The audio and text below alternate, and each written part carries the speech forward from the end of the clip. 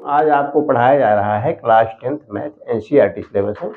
Topic है trigonometry, त्रिकोणमिति, प्रश्नावली है 9.1। ध्यान दें, प्रश्न संख्या 12 है।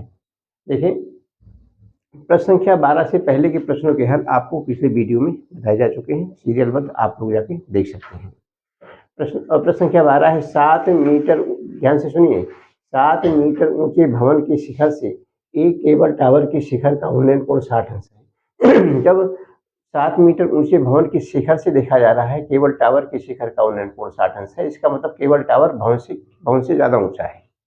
इसका मतलब ये स्पष्ट हो जाता है कि केबल टावर की ऊंचाई जो है भवन से ज्यादा है, और इसके पाद का अवनमन कोण 45 डिग्री है। टावर की ऊंचाई ज्ञात कीजिए। हल देखें इसका।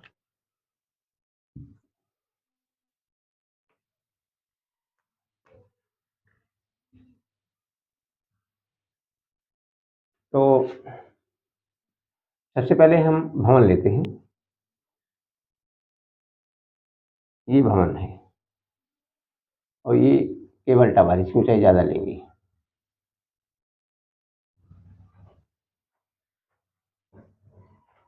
ये दोनों के बीच की दूरी है।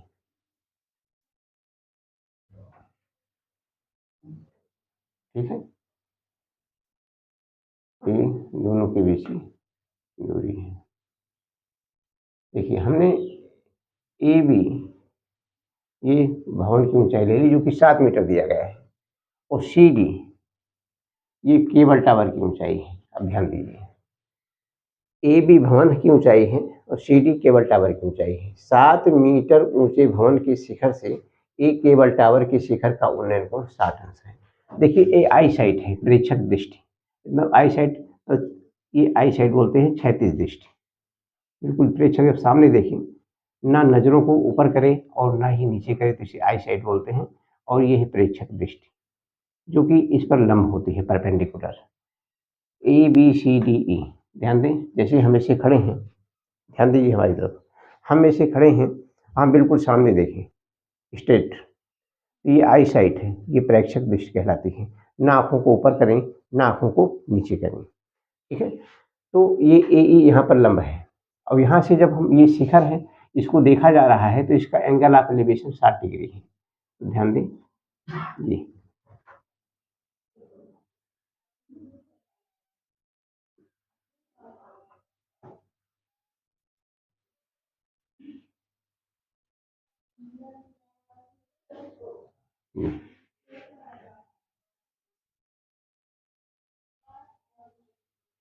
सी डी, ध्यान दें, ये सी डी, हाँ ठीक है, ये एंगल ऑफ एलिवेशन आपको दिया गया है 60 डिग्री।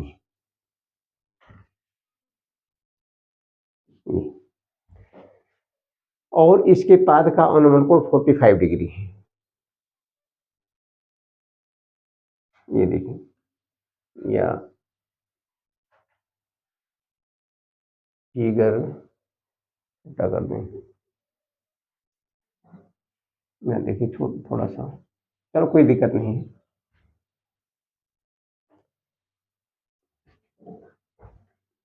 यहाँ देखें, और इसके पाद का अनुमान कोण 45 डिग्री है, मतलब कि इसको देखा जा रहा है।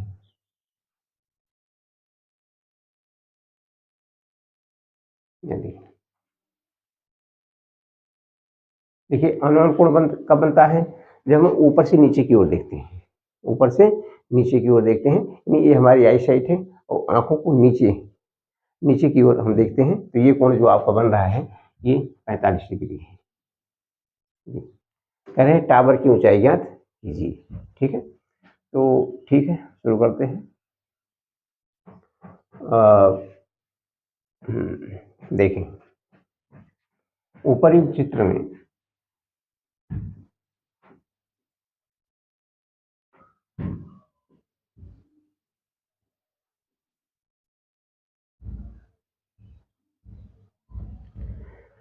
ध्यान दें, ऊपरी चित्र में ए बी जो है, ये भवन की ऊंचाई है।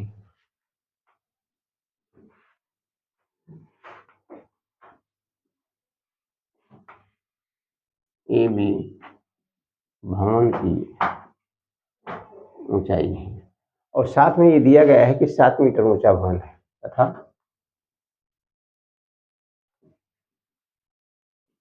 ए बी बराबर 7 मीटर, कहने का मतलब ये 7 मीटर है, ये आपको दिया गया है। आगे ध्यान दीजिए, आगे देखें सी डी जो है केबल टावर की ऊंचाई है। सी डी केबल टावर की ऊंचाई है।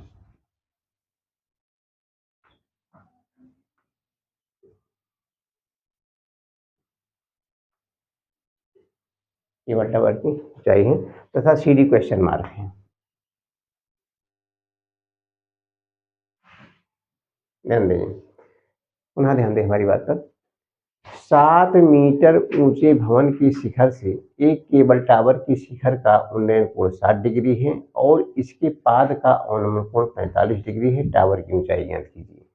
जब कहा गया कि 7 मीटर ऊंचे भवन की शिखर से एक केबल टावर की शिखर का उन्नयन कोण 60 डिग्री है, इससे स्पष्ट हो जाता है कि केबल टावर की ऊंचाई भवन की ऊंचाई से ज्यादा है।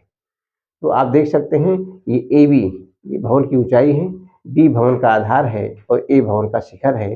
सी डी केबल टावर की ऊंचाई है, सी केबल टावर का आधार है यानी पाद है और डी जो है शिखर है। जब यहाँ से हम देखते हैं तो ये बिल्कुल सीधा क्षैतिज हॉरिजॉन्टल जब देखते हैं तो ये आई साइड प्रेक्षक दृष्टि है जो कि इस पर लंब होती है, परपेंडिकुलर होती है। तो एंगल ऑफ एलिवेशन 60 डिग्री आपको क्रिएट किया गया है, यहाँ दिखाया गया है। फिर कहते हैं और इसके पाद का अवनमन कोण 45 डिग्री है। ध्यान दें, जब हम ऊंचाई पर हों या हवाई जहाज से यात्रा कर रहे हों और हम नीचे की ओर देखें तो एंगल ऑफ डिप्रेशन यानी अवनमन कोण बनता है, जो कि दिखाया गया ऊपर से ये नीचे की ओर यहाँ देखा जा रहा है। ठीक, क्या है इसका पाद है, तो ये 45 डिग्री है। कि टावर की ऊंचाई ज्ञात कीजिए और सी डी की क्या है, क्वेश्चन मार्क है। देखिए और क्या दिया गया है, and angle D A E, angle D A E आपको 60 डिग्री है, ये आपको प्रश्न में दिया गया है। और इधर ध्यान दें, angle E A C and angle E A C ये आपका दिया गया 45 डिग्री है, ये भी दिया गया है। बस पूछा क्या जा रहा है आपसे, टावर की ऊंचाई पूछी जा रही है। ठीक है, तो देखिए यहाँ देखिए प्रश्न फिर से रिवाइज करते हैं, ध्यान से सुन लीजिए। 7 मीटर ऊंचे भवन की शिखर से एक केबल टावर की शिखर का उन्नयन कोण 60 डिग्री है और इसके पाद का अनुमान कोण 45 डिग्री है। टावर की ऊंचाई ज्ञात कीजिए। केवल एक ही चीज पूछी जा रही है, टावर की ऊंचाई, बाकी सब चीजें आपको दी गई हैं। इधर ध्यान दें, here A E parallel B C,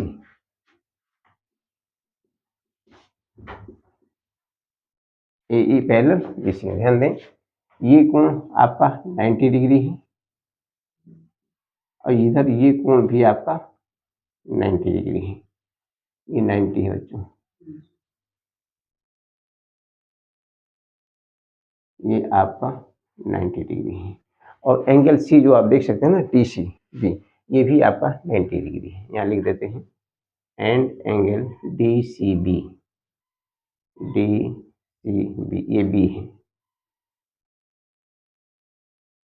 D C B बराबर 90 डिग्री है, ये हम जानते हैं, बी नो दैट।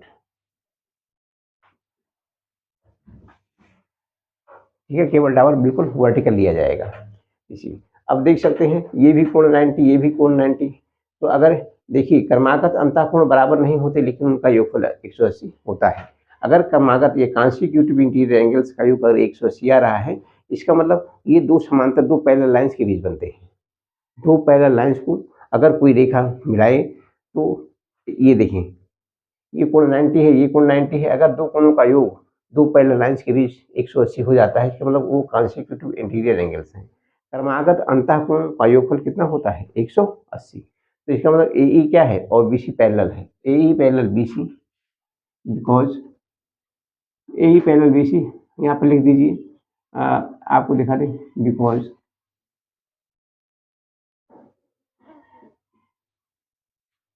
अब डायरेक्ट कर दें, कोई बहुत ज़्यादा विवरण देने की जरूरत नहीं है। यहाँ देखिए हम जानते हैं, आपको समझा चुके हैं, इसको बहुत ज़्यादा विवरण देने की आवश्यकता नहीं है। देखिए यहाँ पर लंब डाला गया है, ठीक है, तो और इसका योगफल कितना हो रहा है 180। मेरी बात समझ रहे हैं? तो ऐसा कॉन्सिक्यूटिव इंटीरियर एंगल में होता है, इस आधार पर दोनों कोण क्या होते हैं, मतलब कि रेखाएं समांतर होती हैं, ठीक है। हम जानते हैं या लिख दो ये एंगल AEC, रीजन जो हम बता रहे हैं angle AEC plus angle ECB, angle ECB बराबर 180 डिग्री। आप यहाँ पर डिटेल और कर सकते हैं 90 प्लस 90,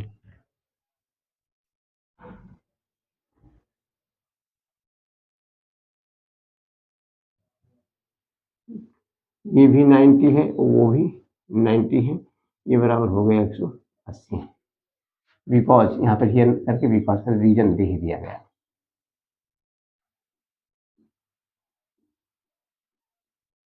बिकॉज इन कोणों का योगफल 180 है। इस आधार पर ये लाइन क्या है, आपस में पैरेलल है, समांतर है। ए पैरेलल BC, देखिए दो समांतर रेखाओं को कोई तिर्यक रेखा काटे तो एकांतर कोण आपस में बराबर होते हैं। यहाँ ध्यान दीजिए, लिखें here AE parallel BC and AE parallel BC और AC इन्हें मिलाती है, AC इन्हें मिलाती है।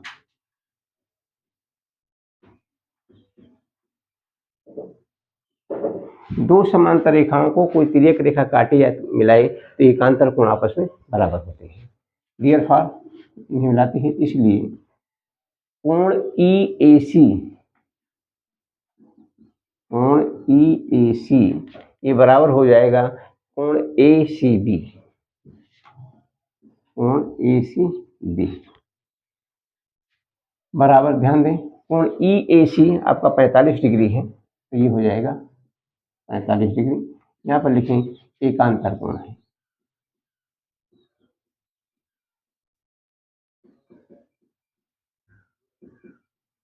दो समांतर रेखाओं को देखिए, यहाँ पर AE और BC दो पैरेलल लाइंस हैं, आपको यहाँ पर समझा सकते हैं। यहाँ देखिए AE और BC,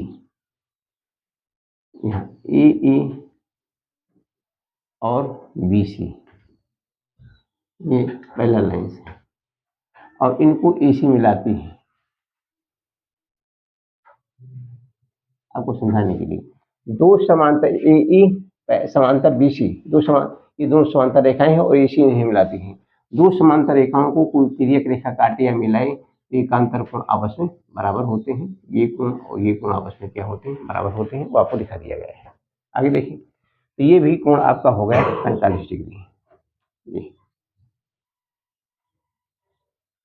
45 डिग्री 45 डिग्री, एक हिसाब ले लें।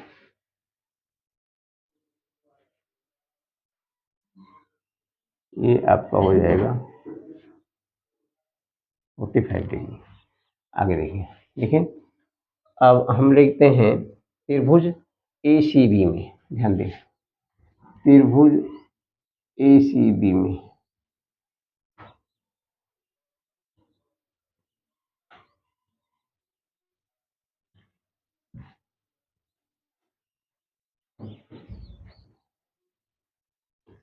त्रिभुज ACB में ध्यान दीजिए, त्रिभुज ACB में AB भवन की ऊंचाई है, ये आपका कोण 90 डिग्री है, 90 डिग्री। देखें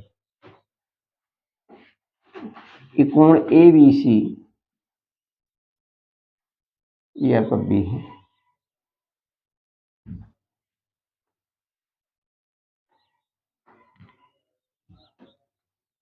कोण ABC बराबर 90 डिग्री।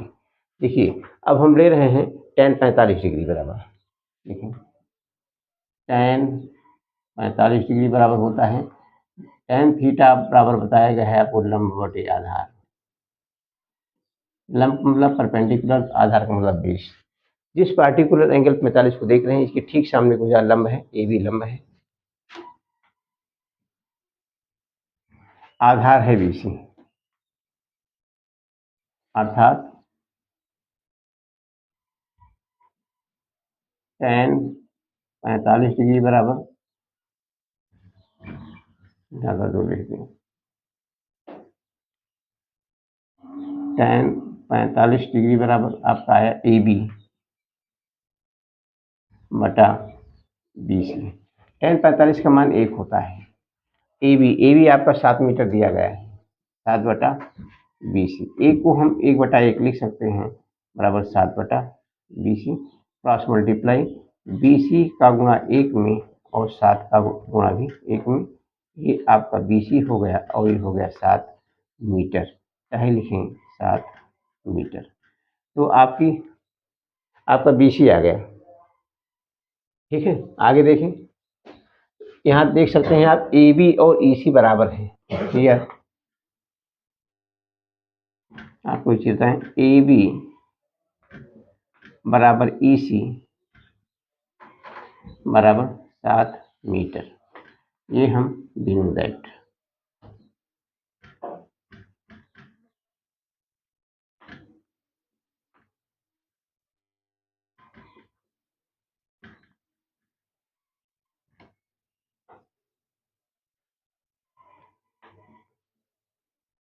वी नो दैट, हम जानते हैं।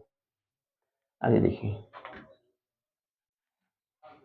अब हम ले रहे हैं त्रिभुज ADE में, ध्यान दें।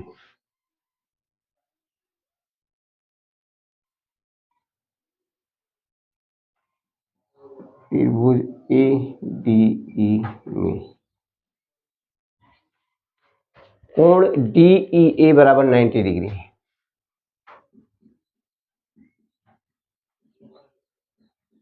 कोण DEA बराबर 90 डिग्री एंड एंगल DAE बराबर है आपका 60 डिग्री, जो कि पहले भी दिया गया था। देखिए यहाँ पर हम ले रहे हैं tan 60। देखिए tan 60 डिग्री बराबर tan थीटा बराबर आपको बताया गया है लंब बटे आधार, परपेंडिकुलर डिवाइड बाई बेस। देखिए 60 डिग्री के लिए लंब क्या है? DE, आधार है AE, अर्थात tan 60 डिग्री बराबर आपका आया DE अपान AE। tan 60 का मान होता है √3,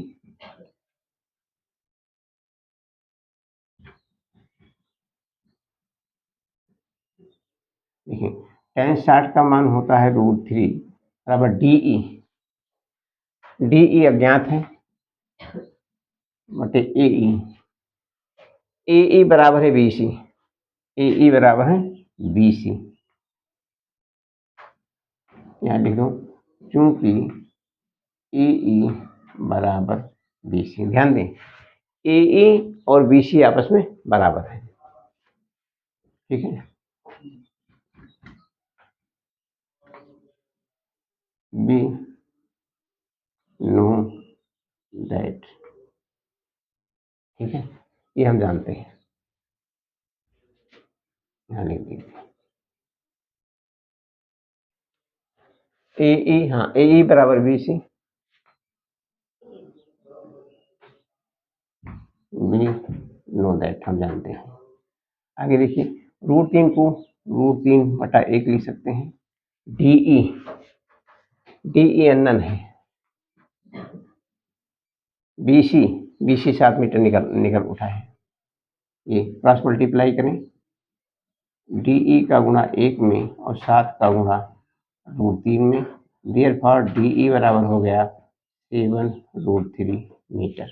ठीक है, हमें टावर की ऊंचाई चाहिए। देखें, अतः देखें प्रश्नानुसार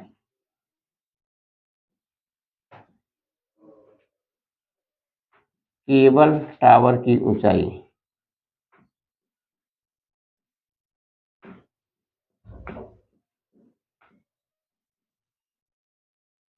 केबल टावर की ऊंचाई आपको बताया गया था CD है, यहाँ देख सकते हैं CD केबल टावर की ऊंचाई है, तो ये है CD आपका। तो यहाँ से लिखिए, यहाँ से कम है, केबल टावर की ऊंचाई ये बराबर है CD। CD को यहाँ से इसके लाएंगे, CD यहाँ से समझ सकते हैं CE प्लस DE।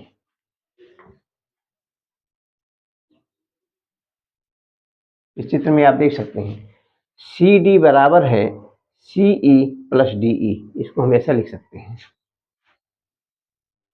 यहाँ पर आप देख सकते हैं, यहाँ पर या यहीं पर लिख दें, यहाँ पर तो लिखा ही गया, समझा दिया गया। यहाँ पर देखें CD, ध्यान दीजिए, हियर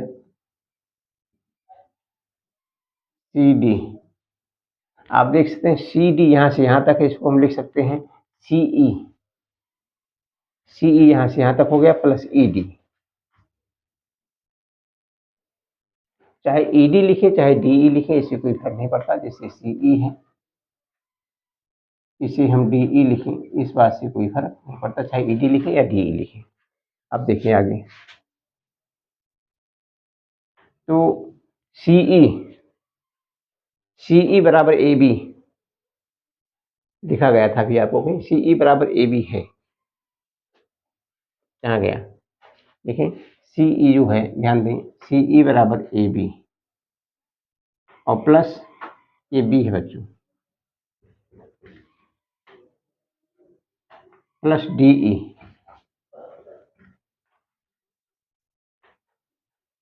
DE कहाँ गया, DE हमने निकाला है 7√3, 7√3। यहाँ देखें चूंकि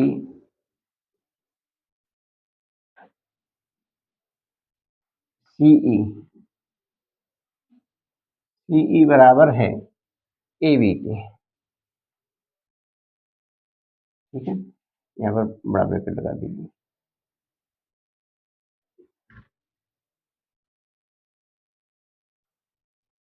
क्योंकि CE बराबर AB हम जानते हैं,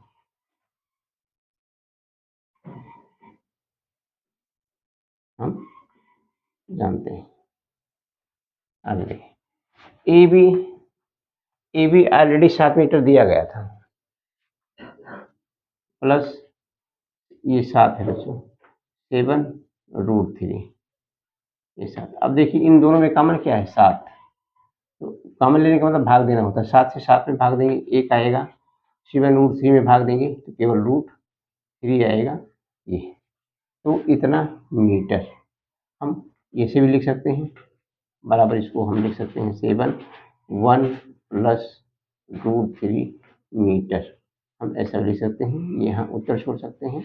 आगे इसको ऐसा भी लिख सकते हैं 7, ध्यान दीजिए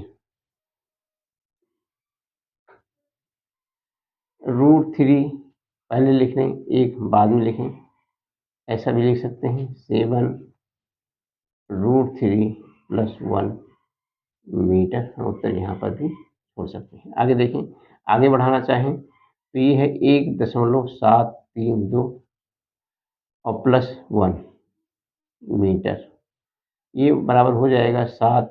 यहाँ देखिए इन दोनों को जोड़ लेंगे तो हो जाएगा 2.732 मीटर। हम कैलकुलेट कर लेते हैं, 7 दूनी 14 के 4 1 हो गया, 7 त्रिक 21 1 22 के 2 लिखते नहीं बन रहे हैं।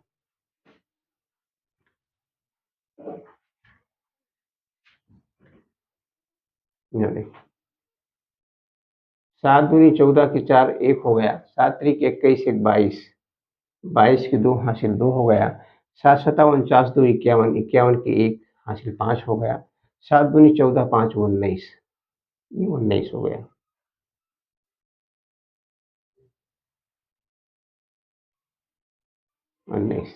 आगे देखें, कैलकुलेशन चेक कर लें, 7 दूनी 14 के 4 1, 7 त्रिक 21 1 22 के 2 हासिल 2, 7 7 49, ये 7 है बच्चों।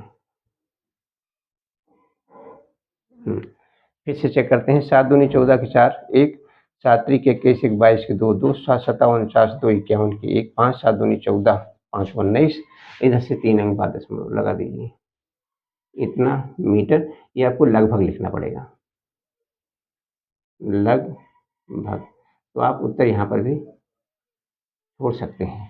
एक बार और कैलकुलेट कर लेते हैं। 7 दूनी 14 के 4 1 7 त्रिक 21 1 22 के 2 2 7 57 49 2 51 के 1 5 7 दूनी 14 5 19 3 अंक बाद दशमलव। ठीक है, तो नोट कर लीजिए बच्चों। आज के लिए इतना ही। बहुत बहुत धन्यवाद।